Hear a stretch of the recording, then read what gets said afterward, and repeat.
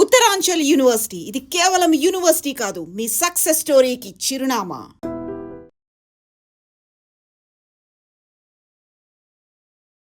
చిన్న పెద్ద అనే తేడా లేకుండా ఏ క్యారెక్టర్ అయినా చేయడానికి ఆయన ముందుకుంటూ ఉంటారు. ఆయన పేరే మురళీకృష్ణారెడ్డి గారు. సార్ ఏంటి సార్ మీ లైఫ్లోకి అసలు ఈ యాక్టింగ్ ఎలా వచ్చింది? ఈ సినిమా, ఈ పిచ్చి ఇదంతా ఎలా మొదలైంది? ఎప్పటి నుంచి మొదలైంది? మనమే ఉన్న వాళ్ళల్లో బిలో మిడిల్ క్లాస్. నువ్వు ఏమవ్వాలనుకుంటున్నావో 10th క్లాస్ లోపే డిసైడ్ చేసుకుంటే బాగుంటుంది అన్నట్టు చెప్పేవాళ్ళు. ఈ అబ్బాయికి ఏం చెప్తూ ఉంటారు? ఇలా ట్రోల్స్ వస్తున్నప్పుడు, ఇలాంటి నెగిటివ్ కమెంట్స్ పెడుతున్నప్పుడు ఎప్పుడైనా నిరాశ పడుతుంటే మీరు ఏమైనా చెప్తూ ఉంటారా? Don't talk like that. నువ్వు చేసుకున్నావా? చేసుకోలేదు కాబట్టి ఫ్రస్ట్రేషన్లో మాట్లాడుతున్నావు. చాలామంది ఏమనుకున్నారంటే ఈ పనికి మాలిన వీడియోలు వీటి వల్ల యూజ్ ఏంటి అని అనుకున్నారు. ఈ ఫీల్డ్లోకి రావాలి, ఎలా రావాలి, చదువుకోకపోతే డబ్బులు ఇవ్వరు.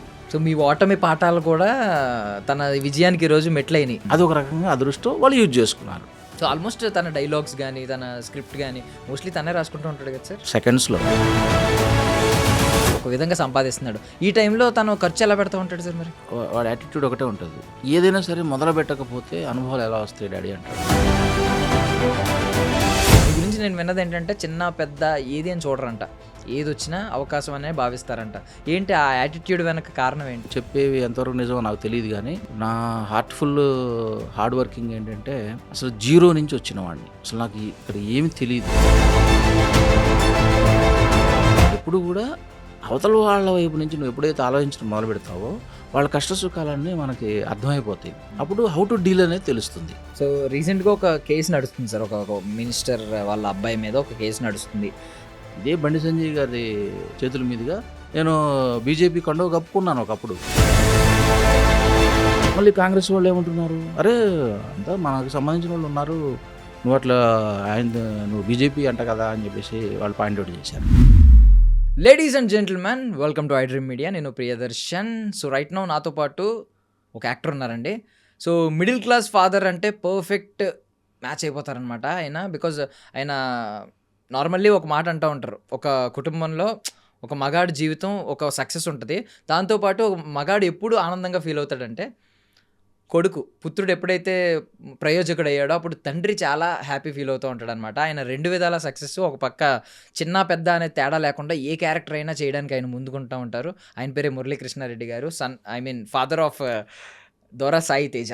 సో బేసికల్లీ సన్ ఆఫ్ అని చెప్పుకుంటూ ఉంటాం కదా, ఆయన ఫాదర్ ఆఫ్ దొరా సాయి తేజ అని చెప్పుకోవడానికి ఎక్కడ అసూయ పడట్లేదు. వాళ్ళ కొడుకు సక్సెస్ని కూడా ఆయన ఎంజాయ్ చేస్తున్నారు ఒక ఫాదర్గా. సో ఆయనతో ఈరోజు మాట్లాడదాం. Hi sir. హాయ్. నమస్తే సార్, బాగున్నారండి? సార్ ఫస్ట్ ఆఫ్ ఆల్ చాలామంది స్కిన్ రొటీన్లు ఇవి అడుగుతూ ఉంటారు కదా, మీరు అంటే మన సాయి తేజ ఎలాగో మంచి ఫెయిర్ ఉంటాడు, మీ నుంచే వచ్చింది కలర్ అని అర్థం అవుతుంది. ఏంటి మీరేమన్నా స్కిన్ రొటీన్ ఏమన్నా వాడుతూ ఉంటారా? ఏం లేదండి, మా ఇంట్లో మా మమ్మీ సైడ్ అటు వాళ్ళ మమ్మీ సైడ్ అందరూ వైట్గా ఉంటారు. సో జీన్స్ అలా అలా. సరే ఏంటి సార్ మీ లైఫ్లోకి అసలు ఈ యాక్టింగ్ ఎలా వచ్చింది? ఈ సినిమా, ఈ పిచ్చి ఇదంతా ఎలా మొదలైంది? ఎప్పటి నుంచి మొదలైంది? ఎప్పుడు మొదలైందంటే స్కూల్లోనే మొదలైంది. అప్పుడు మన తోటి విద్యార్థులందరూ కూడా వాళ్ళు కొంచెం రిచ్ అనమాట. మనమే ఉన్న వాళ్ళల్లో బిలో మిడిల్ క్లాస్. వాళ్ళందరూ ఏమవుతారా అని అంటే వాళ్ళందరూ ఇంజనీరింగ్ పిల్లలు, ఏఈ జేఈ అంటారనమాట. మా నాన్నగారు నాగార్జున సాగర్లో పబ్లిక్ వర్క్స్ డిపార్ట్మెంట్లో పనిచేసేవారు. క్వార్టర్స్లో ఉండేవాళ్ళం. వాళ్ళే పెద్దగా ఉండేవి క్వార్టర్స్. మాకేమో 4th క్లాస్ ఎంప్లాయ్ మా ఫాదరు. చిన్న క్వార్టర్స్లో ఉండేవాళ్ళం. అక్కడ ప్రతిరోజు డిఫరెన్సెస్ కనపడాయి. మనం వాళ్ళకి ఎలా రీచ్ అవ్వాలి ఏంటి అనే టైంలో ఇక అక్కడ ఉన్న వాళ్ళలో మనమే బాగుండేవాళ్ళం. First confidence, inspiration. అరే నువ్వు సోమరావు కంటే ఎక్కువ, నాగేశ్వరరావు కంటే తక్కువ, ఈ రకంగా కంపేర్ చేసేవాళ్ళు. మనం కూడా స్టైల్గా ఏదేదో చేస్తూ ఉండేవాళ్ళం. అట్లా మిషనరీ స్కూల్స్ అనమాట అవి. కల్చరల్ యాక్టివిటీస్ అంటే వాళ్ళు బాగా ఎంకరేజ్ చేసేవాళ్ళు. అరే నాన్న ఏదైనా ఒక బేసిక్ అనేది బేస్ అనేది ఇక్కడే ఏర్పడాలి, నువ్వు ఏమవ్వాలనుకుంటున్నావో 10th క్లాస్ లోపే డిసైడ్ చేసుకుంటే బాగుంటుంది అన్నట్టు చెప్పేవాళ్ళు వాళ్ళు. అక్కడ ఉన్న వాళ్ళందరూ అప్పుడు బాగా ఎంసెట్ రాసేసి ఇంజనీర్ అయిపోయేవారు దాని మీద ఉండేవాళ్ళు వాళ్ళు. మనకు ఆ క్లారిటీ ఉండేది కాదు. ఎంసెట్ రాస్తాము, ఇంజనీర్ అవుతాము, అది ఒకటే క్యారెక్టర్ కదా. ఇదే సినిమా ఫీల్డ్లో ఉంటే మనం అన్ని రకాల క్యారెక్టర్లు చేయొచ్చు కదా. ఏదో ఒక సపరేట్గా డివియేట్ అయిపోయాం. అక్కడున్న education system, discipline, time sense అవన్నీ కూడా అక్కడ మాకు బాగా గట్టిగా పడ్డాయి. ఆ పడడం ఎలా అంటే కల్చరల్ యాక్టివిటీస్ ఎవ్రీ 15 డేస్కి చేసేవాళ్ళం స్కూల్లో. చేసినప్పుడు ఏదో ఒకటి చేయాలి. ఏం చేయాలనే దాని మీద హనుమంతుడి వేషం వేసుకొని వచ్చా, పాటకు అభినయం చేశా. అనగానే మరుసటి రోజు నుంచి నిక్నేమ్ పెట్టి పిలిచారు. ఒరే హనుమంతరావా అనేవాళ్ళు. ఇదేంటి దేవుడి వేషం వేసుకొని వస్తే నన్ను హనుమంతరావు అంటున్నారు వీళ్ళు. ఇక మొదలైన అవమానాలు కూడా. అవమానంగా తీసుకోవడం ఏంటి, మనం ఇంకా బెటర్మెంట్ చేయాలి. అలా ఇంట్రెస్ట్ ఉన్న వాళ్ళందరినీ నెమ్మదిగా అప్పుడే పోగేసేవాడిని. ఏదో చిన్న స్కిట్లు అనుకునేవాళ్ళం. నువ్వు ఇట్లా చేయి, నువ్వు అట్లా చేయి, ఏదో అక్కడక్కడ అనేటప్పుడు నవ్వుతారు కదా. సో ఫీడ్బ్యాక్ అనేది పెరిగింది అప్పుడే. అక్కడ మాకు ఒక సోషల్ టీచర్ ఉండేవాడు, అలెక్సస్ మాస్టర్ అని. ఆయన మాకు చిన్నగా జంజాల గారి నాటికలన్నీ తీసుకొని, రే నువ్వు డాక్టర్గా బాగుంటావురా, డాక్టర్ క్యారెక్టర్ చేయనివాడు. గుండెలు మార్చబడను నాటిక, దాంట్లో డాక్టర్ ఫుల్ లెంత్ క్యారెక్టర్. ఏవో గుండెలు వేస్తూ ఉంటాం, మారుస్తూ ఉంటాం. మార్చినప్పుడు ఆ జంతువులాగానే బిహేవ్ చేస్తుంటాడు వాడు. ఏం ట్రీట్మెంట్ చేయాలి, ఇది నాటిక క్లుప్తంగా. అప్పుడే నాలో రాజేంద్ర ప్రసాద్ తర్వాత నేనే ఆయన తర్వాత అవ్వాలి అనేది, కామెడీ అనేది లోపల వచ్చేసింది. ఇంకా అది ఎప్పుడైతే పడిపోయిందో ఇంకా అది తగ్గల. మళ్ళీ విజయవాడ లోయలా కాలేజీకి పంపించారు వాళ్ళే. ఫస్ట్ క్లాస్ వచ్చిన స్టూడెంట్స్ అందరినీ పంపించారు. అంత ఈజీ కాదు లోయలా కాలేజీలో సీట్ రావడం. కేవలం లోయలా హై స్కూల్లో చదువుకున్నాం కాబట్టి లోయలా కాలేజీలో సీట్ ఇచ్చారు. అది కూడా స్పోర్ట్స్ కోటాలో వచ్చింది నాకు. మళ్ళీ చూడండి అక్కడ ట్విస్ట్. వాళ్ళు అలా తయారు చేశారు మమ్మల్ని, తెలియకుండా మాలో ఉన్న స్కిల్స్ అన్నింటినీ 10th క్లాస్లోనే పట్టేశారు వాళ్ళు. గాడ్స్ గిఫ్ట్ ఏంటంటే నేను బాగా చక్కగా ఉండడం, చాలా మందిలో కంటే కూడా క్యూట్గా ఉండడం, అది నాకు తెలుస్తూనే ఉంటుంది. వాళ్ళు బాగా చూసుకునేవాళ్ళు, ఎంకరేజ్మెంట్, ఫుల్ సపోర్ట్. అట్లా మొదలైంది. నైస్. బట్ మీరు ఒక మాట అన్నారు, అప్పట్లోనే ట్రోల్స్ ఇవన్నీ ఉండేవి, ఇప్పుడు ఏదో ఆన్లైన్లో అనుకుంటాం కానీ మనం. అది అవసరం అండి. నీకు ఎప్పుడైతే విమర్శ అనేది ఉంటుందో నీ కెరీర్ అనేది కరెక్ట్గా సెట్ అవుతుంది. సో మీరు ఏం చెప్తూ ఉంటారు సార్ ఇప్పుడు దొర సాయి తేజకి, మీ అబ్బాయికి ఏం చెప్తూ ఉంటారు ఇలా ట్రోల్స్ వస్తున్నప్పుడు, ఇలాంటి నెగిటివ్ కమెంట్స్ పెడుతున్నప్పుడు? ఎప్పుడైనా నిరాశ పడుతుంటే మీరు ఏమైనా చెప్తూ ఉంటారా? చెప్పడానికి వాడి స్టాండర్డ్ ఏంటంటే, ఇప్పుడు నేను ఒక్కోసారి నేను కూడా తెలియకుండా వాడికి ఆ వేషం వచ్చిందంటే ఏవో రీజన్స్ ఉన్నాయరా, అదేం పెద్ద ప్యూర్ టాలెంట్ కాదు అది అని చెప్పేసి అనేవాడిని. Daddy please don't talk like that. అతను ఒక బ్రాండ్ క్రియేట్ చేసుకున్నాడు. నువ్వు చేసుకున్నావా? చేసుకోలేదు కాబట్టి ఫ్రస్ట్రేషన్లో మాట్లాడుతున్నావు నువ్వు. డోంట్ క్రిటిసైజ్ దెమ్ ప్లీజ్ అనేవాడు వాడు. ఓరి నాయన, ఇంత తప్పుగా మాడుతున్నా నేను అనేది. ఇప్పుడు నేను కూడా లర్నింగ్ ఫ్రమ్ గ్రేట్. సో ఇప్పుడు నేను ఇంకా వాడికి చెప్పడానికి ఏముంటుంది, వాడు అడిగితేనే చెప్తా. అది కూడా నాకు తెలిసిన మేరకే చెప్తా, ఫోర్స్ చేయను, ఇంప్లిమెంట్ చేయను. బట్ మీరు ఎప్పుడైనా అనుకున్నారా సార్, అంటే ఇప్పుడు ఈ టిక్టాక్లో వచ్చినప్పుడు, ఇన్స్టాగ్రామ్ రీల్స్ చేసినప్పుడు, ఇది చాలామంది ఏమనుకున్నారంటే ఈ పనికిమాలిన వీడియోలు వీటి వల్ల యూజ్ ఏంటి అని అనుకున్నారు. తర్వాత వాళ్ళందరూ ఈరోజు సూపర్ స్టార్లు అయ్యారు, చాలామంది సినిమాల్లోకి వచ్చారు, చాలామంది అక్కడే ఎంటర్టైన్ చేస్తూ ఎంతోమంది ఫ్యాన్ బేస్ని సంపాదించుకున్నారు, లైక్ సాయి తేజ లాగా. సో మీరు ఎప్పుడైనా స్టార్టింగ్ డేస్లో అనుకుని ఎప్పుడైనా చెప్పారా, ఎందుకు ఈ వీడియోలు అవసరం లేదు ఆపే అని ఎప్పుడన్నా? నేను ఎప్పుడు ఒకటే చెప్తాను, ఫస్ట్ బాగా చదువుకోండి. మేము చదువుకోవడం వల్లనే రిలేటెడ్ కోర్సులు గాలివాటంగా 10th క్లాస్ వరకు తెలుగు మీడియం, ఇంటర్కి వచ్చేటప్పటికి ఎంపీసీ, డిగ్రీకి వచ్చేటప్పటికి BA మ్యాథమెటిక్స్, పీజీకి వచ్చేటప్పటికి థియేటర్ ఆర్ట్స్. అసలు ఏమన్నా సంబంధం ఉందా? జాబు కోసం కాదు, ఈ ఫీల్డ్లోకి రావాలి, ఎలా రావాలి, చదువుకోకపోతే డబ్బులు ఇవ్వరు. సో మళ్ళీ మీరు ఆ పని చేయకండి రా బాబు, మీరు రిలేటెడ్ కోర్సులు చేయండి, దానిలో నుంచి ఎదగండి, అంతే చెప్పేవాడిని. ఫెయిల్ అయినా పర్వాలేదు, 10 సార్లు రాయండి, మీకు ఒక అనుభవం వస్తుంది. గోల్డ్ మెడలిస్ట్ ఒకసారి వెళ్ళిపోతాడు బయటికి, 10 సార్లు తప్పినట్టు లెక్చరర్ అవుతాడు, 100 మందిని తయారు చేస్తాడు. సో మీరు కూడా కంప్లీట్గా చిన్నప్పటి నుంచి దీంట్లో ఉండడం ముఖ్యం కాదు, నేర్చుకోవడం ముఖ్యం. సో మీ ఓటమి పాఠాలు కూడా తన విజయానికి ఈరోజు మెట్లయినాయి. నాకు తెలియదు అది. హ్మ్. హ్మ్. ప్రతిదీ వాళ్ళు ఇన్స్పైర్ అయ్యారు, లేకపోతే వాళ్ళు ఎన్విరాన్మెంట్ని యూజ్ చేసుకున్నారు. హ్మ్. మరి మనం వాళ్ళకి ధైర్యాన్ని హ్మ్. ఇచ్చి అన్ని విధాలుగా కాపాడుకుంటడం వల్ల వాళ్ళు ఎదిగారు. హ్మ్. ఎవరి ఫోర్స్ వాళ్ళదే, హ్మ్. ఎవరి కష్టం వాళ్ళదే. లక్కీగా ఏంటంటే మీడియా డెవలప్ అయింది. హ్మ్. మేమున్న పరిస్థితుల్లో నుంచి కరెక్ట్గా వాళ్ళు ఎదిగే టైంకి కొంచెం సోర్సెస్ పెరిగినాయి. హ్మ్. అదొక రకంగా అదృష్టం, వాళ్ళు యూజ్ చేసుకున్నారు. హ్మ్. నైస్. సో బేసికల్లీ మురళీకృష్ణారెడ్డిగా మీరు ఎంత హ్యాపీగా ఉన్నారు మీ సక్సెస్ వెనక? అండ్ ఇంకొక పక్క ఫాదర్ ఆఫ్ దొర సాయి తేజగా ఎంత హ్యాపీగా ఉన్నారు? రెండిట్లో ఏది ఎక్కువ హ్యాపీనెస్ అండి? ఒక ఫాదర్గా డెఫినెట్గా హ్మ్. కంపారిటివ్లీ హ్మ్. హ్మ్. సంతోషపడతాం. హ్మ్. ఎందుకంటే చాలామంది పేరెంట్స్ కోరుకుంటారు, మా పిల్లలు దీంట్లో ఉండాలి, హ్మ్. మేము అనుకునే ఇమాజినేషన్లో కొద్దిగా ఏదన్నా అవ్వాలి అని కోరుకుంటారు. మళ్ళీ వాళ్ళు they are minimum capable persons ఫైనాన్షియల్గా. హ్మ్. మనకు అది లేదు కదా. దీనిలోనే మనం ఫైనాన్షియల్గా సపోర్ట్ తీసుకోవాలి, వాళ్ళని కెరీర్ కరెక్ట్గా గైడ్ చేయగలిగి ఉండాలి. హ్మ్. అది మళ్ళీ ఒక 10 ఇయర్స్ తర్వాత ఏంటి పరిస్థితి అనేది ఒక టార్గెట్ ఉండాలి. హ్మ్. స్ట్రగ్లింగ్ ఉంటుంది, మళ్ళీ హెల్త్, హ్మ్. మళ్ళీ ఇంట్లో లేడీస్ ఎలా ఉంటారు, వాళ్ళు సపోర్ట్ చేస్తుంటారో తెలియదు, విమర్శిస్తుంటారో తెలియదు. హ్మ్. ప్రాబ్లం వచ్చినప్పుడల్లా మనం ఫేస్ చేసేది ఫస్ట్ ఇంట్లోనే. కరెక్ట్. హ్మ్. అది హెల్తీగా ఉండాలి, హ్మ్. అది మళ్ళీ సెటరేట్ చేసుకోవాలి. అది పిల్లలకి ధైర్యాన్ని ఇస్తుంది. హ్మ్. ఇప్పుడు మనం ఏమి తెలియని రోజుల్లో సైకిల్ ఈజీగా నేర్చేసుకుంటాం. హ్మ్. నువ్వు దగ్గరుండి భద్రంగా వాడిని జాగ్రత్తగా నేర్చుకోరా అంటే వాడు నేర్చుకోడు. 4 సార్లు కింద పడి మోకాలు చెప్పలు పగిలితే హ్మ్.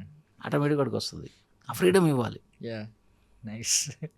Yeah! So being father of దొర సాయి తేజ మీరు చాలా హ్యాపీగా ఉన్నారు. ఇంకా ఎక్కువ మురళీకృష్ణారెడ్డి కంటే కూడా. అంతే కదా. యాహ్! నైస్. ఇప్పుడు సక్సెస్ అనేది హ్మ్. అంత ఈజీ కాదు. హ్మ్. సక్సెస్ అంటే ఏ పాయింట్ ఆఫ్ వ్యూలో సక్సెస్? అంటే నా స్వార్థం మేరకు సక్సెస్ అయితే వాడు గ్రేటా? కాదు కదా. కాదు. హ్మ్.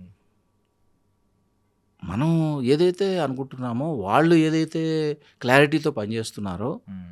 తద్వారా నలుగురికి ఉపాధి మనం కరెక్ట్‌గా ఎగ్జాంపుల్‌గా ఉండగలిగితే అది సక్సెస్. కరెక్ట్. కరెక్ట్. దానికి ఒక డెస్టినేషన్ ఏముంటుంది? కరెక్ట్. లేపోతే గవర్నమెంట్‌ని ఇవాళ ఒక స్టూడియోకి ప్లేస్ అడుగుతున్నారు, హ్మ్. సక్సెస్ పీపుల్ అందరూ గూడా. హ్మ్. గవర్నమెంట్ ఎంతమందికి ఇవ్వగలుగుతుంది? కరెక్ట్. ప్లాట్‌ఫార్మ్స్ ఎట్లా? హ్మ్. దూరదృష్టి ఉండాలి గదా. కరెక్ట్ అండి. మళ్ళీ బట్ అంటే మీరు తన మెచ్యూరిటీ గురించి మాట్లాడుతూ ఇందాక ఆ మాట చెప్పారు కదా! మీరు నేర్చుకునే స్టేజ్‌లో ఉన్నారు తన నుంచని. అంత మెచ్యూరిటీ ఉందని. హ్మ్. ఏ ఏజ్‌లో గమనించారు సార్ దొరసాయి తేజకి ఇంత మెచ్యూరిటీ ఉంది? అంటే ఇంత క్లారిటీ ఉంది లైఫ్ మీద అని? వాడు స్కూల్ స్టాండర్డ్‌లో ఉన్నప్పుడే హ్మ్. ఆహ్, నాకు వీడియో గేమ్స్ క్యాసెట్లు కొనిపెట్టమనేవాడు. హ్మ్. హ్మ్. నేను ఆవేశంతో సరే పదరా అన్నా. హ్మ్. షాప్‌కెళ్తే అది ఒక్కొక్క ఇంతే ఉండేది 500 చెప్పేవాడోడు. హ్మ్.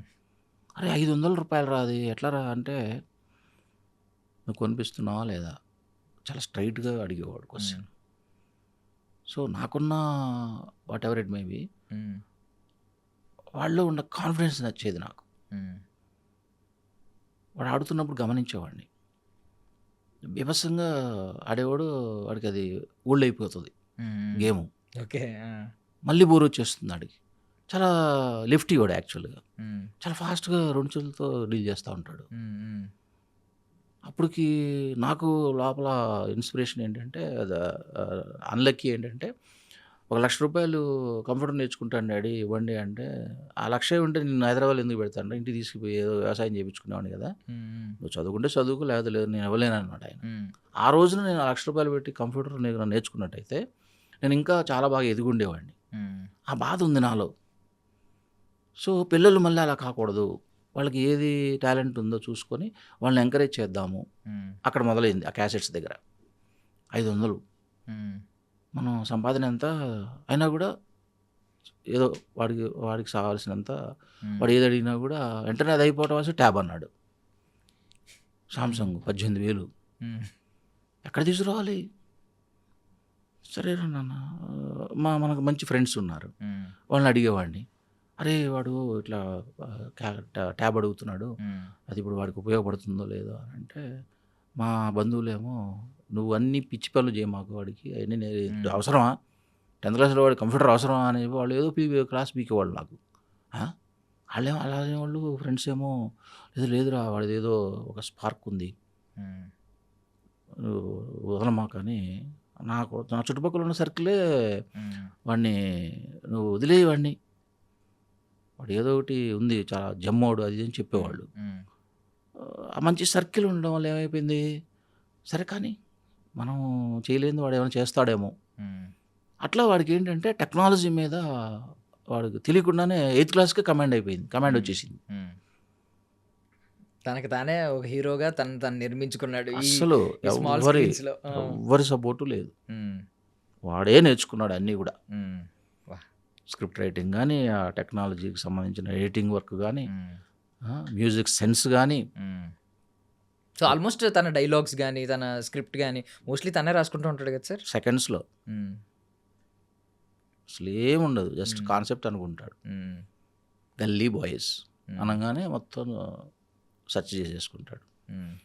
ఫట్టను ఒక 8 ఎపిసోడ్లు వచ్చేస్తాయి. తెలియదు అసలు, తెల్లారేటప్పటికి రెడీగా ఉంటుంది మొత్తం, అప్పుడు వేస్తాడు గో ఫర్ షూటింగ్.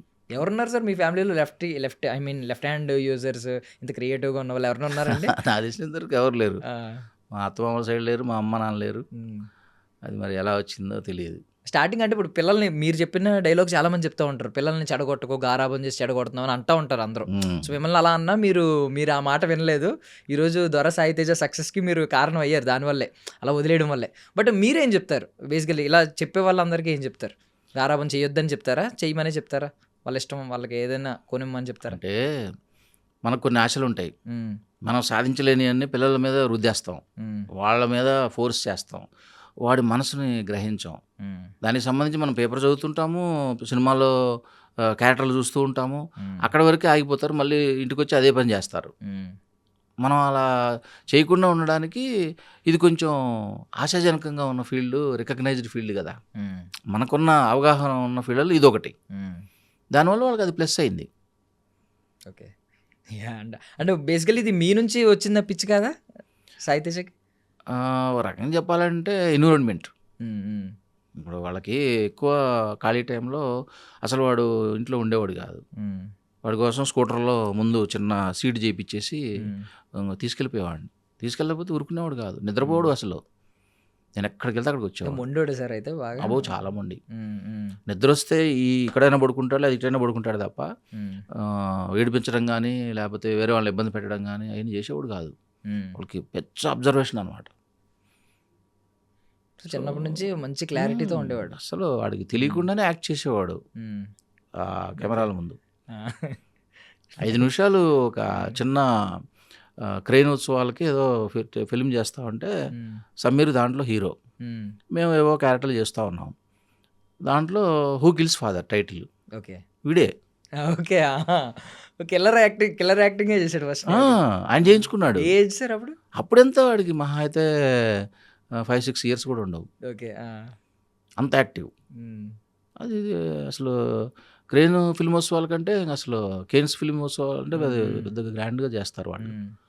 అట్లా అప్పుడే నాకు వాడు అనేవాడు, డాడీ ఆయన ఆటోగ్రాఫ్ ఏంది అంతమంది అడుగుతున్నారు, హీరో అంటే అంత ఉంటుందా? అయిపోయింది వాడికి, అదొక్కటే పట్టేసింది. సమీర్ గారి దగ్గర తీసుకున్నారు అప్పుడు ఆటోగ్రాఫ్, అంత జనం అంతా పడి తీసేసుకుంటున్నారు. వాడు అలర్ట్ అయిపోయాడు, ఓ ఈ ఫీల్డ్ ఇంత ఉందా, అందుకని నువ్వు రాజేంద్ర ప్రసాద్ అంటుంటావు అనేవాడు.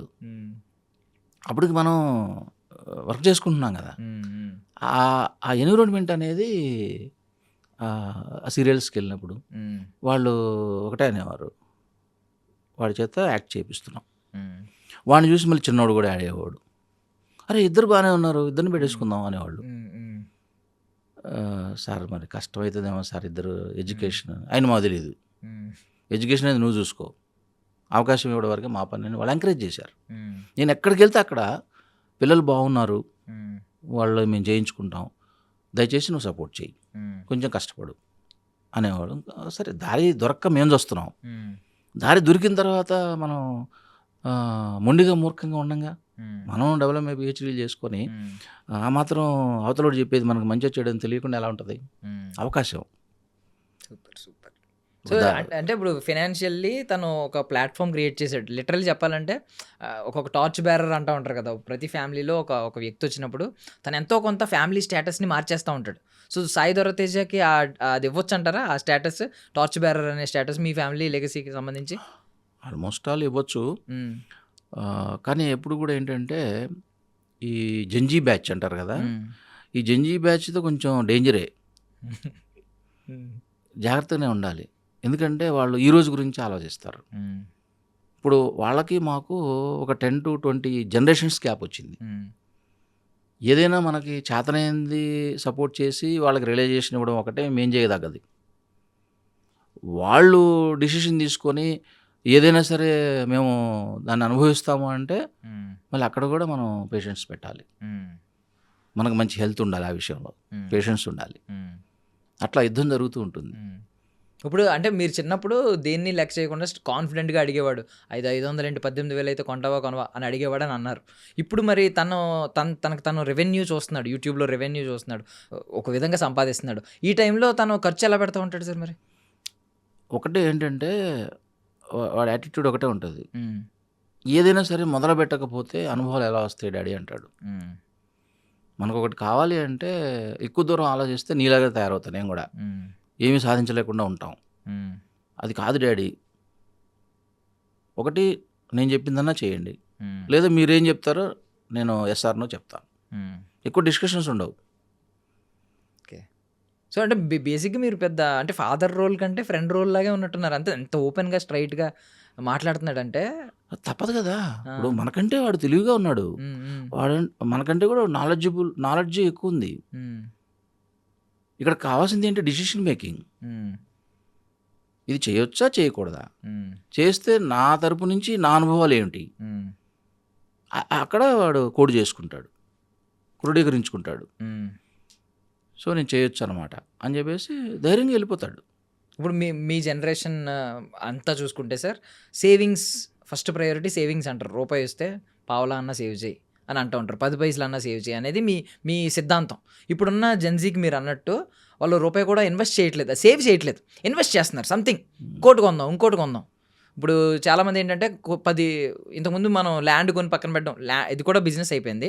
అలా కాకుండా ఇప్పుడు ఏంటంటే బంగారం కొని పక్కన పెట్టడం, ఇది కూడా మారిపోయి అవసరమైతే 10 కార్లు కొని ట్రావెల్స్ పెట్టడం, లేదంటే ఒక ప్లాట్ కొని దాని తర్వాత కన్స్ట్రక్షన్ చేయడం, ఇలా అయిపోయింది. మీరేమంటారు ఈ ఆలోచన గురించి, జంజీ ఆలోచన గురించి? నేనేమంటానంటే, మనం అవసరాలకు మించి ఎప్పుడైతే డబ్బు వస్తుందో, చట్టాన్ని అతిక్రమించి సంపాదించాలనుకుంటామో, అక్రమంగా ఎట్లాగైనా రిచ్ అయిపోవాలనుకుంటామో, అప్పుడు వచ్చే ప్రాబ్లమ్స్ వేరు.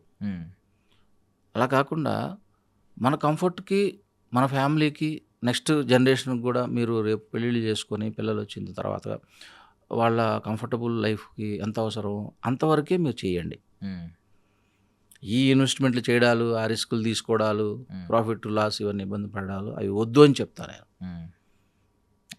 అండ్ ఫాదర్గా రోల్ పక్కన పెట్టి నార్మల్లీ మురళీకృష్ణారెడ్డి గారి గురించి ఒక క్వశ్చన్ అడుగుతున్నాను. మీ గురించి నేను విన్నది ఏంటంటే, చిన్న పెద్ద ఏది అని చూడరంట, ఏది వచ్చినా అవకాశం అనే భావిస్తారంట.